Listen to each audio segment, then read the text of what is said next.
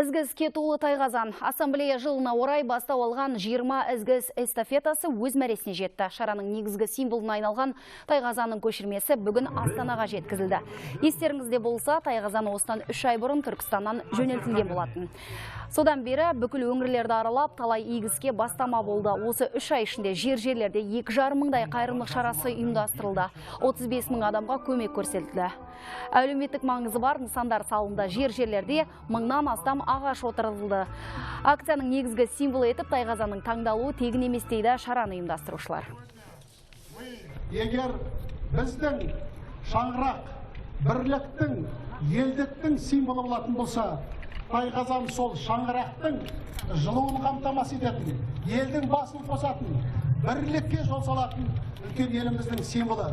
Сондықтан осы үлкен символдың Қазақстан Халқы Ассамблеясы жылы ерекше орын алуы да бәрімізге белгілі.